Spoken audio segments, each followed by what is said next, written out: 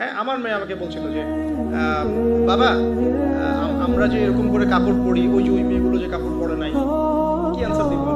বললাম যে আম্মু আসলে তাদের তাদের বাবা মা মনে হয় তাদেরকে এভাবে শিখায় নাই, আমরা যেমন তোমাদেরকে শিখাইছি তাদের বাবা মা শিখায় নাই।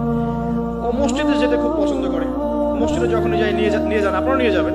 আর আমাদের সমাজে তো মসজিদে নিয়ে গেলে ধমক দেয়, হ্যাঁ, ডিস্টার্ব হয়। আর টার্কির মতো জায়গায় দেখবেন, টার্কিতে মসজিদ ঢুকলে চকলেট দেয়, গিফট দেয়।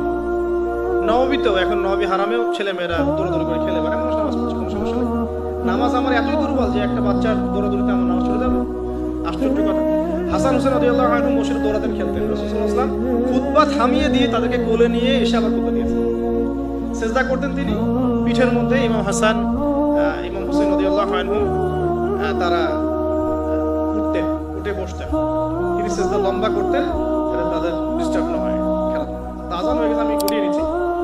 প্রিয় ভাইরা, বাসার এনভায়রনমেন্টটা ঠিক করতে হবে, পাশাপাশি বাইরে যখন আমি পড়াবো আমাকে পড়ার উপযুক্ত এনভায়রনমেন্ট দিতে হবে। জগতের যে অপারগতা, অসারতাগুলো আছে, মিথ্যা, প্রতারণা, হাবিজাবি, বেপরদাবি, এগুলো ওদের সাথে ডিসকাস করে অ্যাজ এ ফ্রেন্ড আপনাকে গুরুত্ব দিতে হবে। তারপরে সে কৈশোরে গেলে ইনশাআল্লাহ বিভ্রান্ত হবে না। তাকে ফিজিক্যালি শেষ করে দিয়ে 2 মিনিট তাকে ফিজিক্যালি স্ট্রং করার চেষ্টা করবেন। খাবার যেন মানে নিউট্রিয়াস খাবার সে পায় সেটা ইনশিওর করবেন। তার বাসায় যেন এডিকশনে না পড়ে, স্মার্টফোন, ল্যাপটপস, এই যে এইগুলো কার্টুনস, এগুলো এডিকশনে না পড়ে খেয়াল রাখবেন। ইসলামিক এনভায়রনমেন্ট তৈরি করেন, হ্যাঁ, ইসলামিক কালচারে বড় করেন।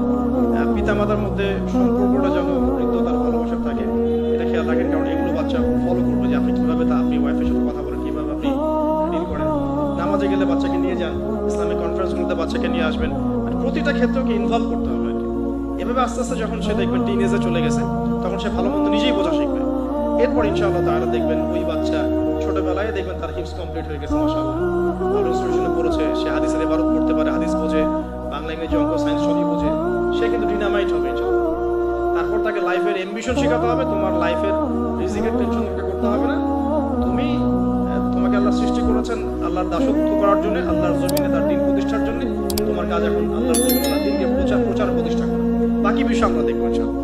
ইহকাল পরকাল উভয়টাকেই নিশ্চিত করতে চাচ্ছি, এটা হচ্ছে ইসলামিক প্যারাডিগমের মূলনীতি। তো এটা একটা মূলনীতিগত পার্থক্য আমরা খেয়াল করছি।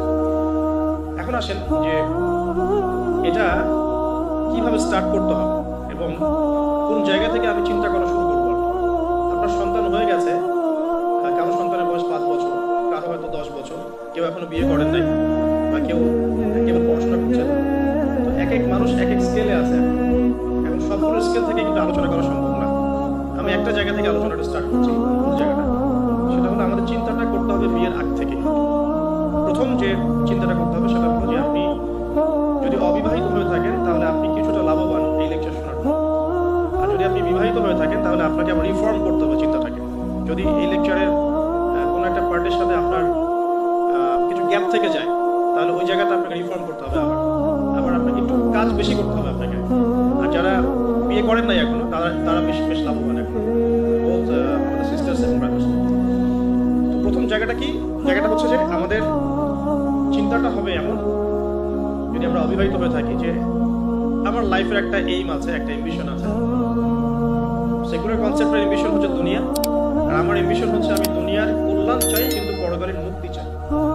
এগুলো আমার ইসলামিক কনসেপ্ট, যে আমি দুনিয়ার কল্যাণ অবশ্যই চাই। দুনিয়াতে আমি একটা বাসস্থান আমার দরকার, একটা জব দরকার আছে, আমার ডিগ্রি সার্টিফিকেটসের দরকার আছে, আমার ব্যবসা বাণিজ্য দরকার আছে, কেরিয়ারের দরকার আছে। কিন্তু আমার উদ্দেশ্যটা হবে পরকালের স্বার্থ বজায় রেখে দুনিয়ার মুসাফিরের এই জীবনটা কাটিয়ে দেবে। এখানে সবকিছু পূরণ হবে না, সব স্বপ্ন পূরণ হবে না। আর সব স্বপ্ন পূরণ হয়ে গেলে দুনিয়াটাই জান্নাত হতো। দুনিয়াতে সবকিছু পাওয়া যাবে না বলেই এটা দুনিয়ার কোনো কিছু স্থায়ী নয়। এখানকার সুখ স্থায়ী নয়, এখানকার কোনো কষ্টও কিন্তু স্থায়ী নয়। যে কোনো সিচুয়েশনই পড়ি না কেন চিন্তা করবো যে এটা স্থায়ী নয়, এটা চলে যাবে, খুব কষ্ট অথবা সুখ। আর এর এক্সাম্পল তো নবী সাল্লাল্লাহু আলাইহি ওয়াসাল্লাম দিয়েছেন ওই মৃত গাথার সাথে। তোমরা কি কেউ 1 দিরহামের বিনিময়ে এই গাথা ক্রয় করবে? সাহাবীরা বলছেন যে 1 দিরহাম কেন, বিনামূল্যে দিলেও কেউ ক্রয় করবে। আল্লাহ রাব্বুল আলামিনের কাছে দুনিয়ার মূল্য এতটুকুই। অন্য হাদিসে এসেছে যদি একটা মাছির দানার পরিমাণও মূল্য থাকতো দুনিয়ার আল্লাহর কাছে, আল্লাহ পাক কাফের মুশরিকদেরকে 1 ফোঁটা পানি পান করতে দিতেন না। আবার আরেকটা হাদিস এসেছে আঙ্গুর চুবিয়ে দেওয়ার কথা মহাসাগরের মধ্যে, সেখানে আঙ্গুর বের করলে যতটুকু লেগে থাকে হাতে সেটা হলো দুনিয়া, বাকিটা পড়ে। একজন স্মার্ট মানুষ, হিউম্যান বিং বা মুসলিম, সে কখনোই দুনিয়ার স্বার্থটাকে মুখ্য করে দেখবে না। আমরা যদি ইসলামিক আইডিওলজি নিয়ে চলাফেরা করি, আমরা দুনিয়ার কল্যাণটা চাবো।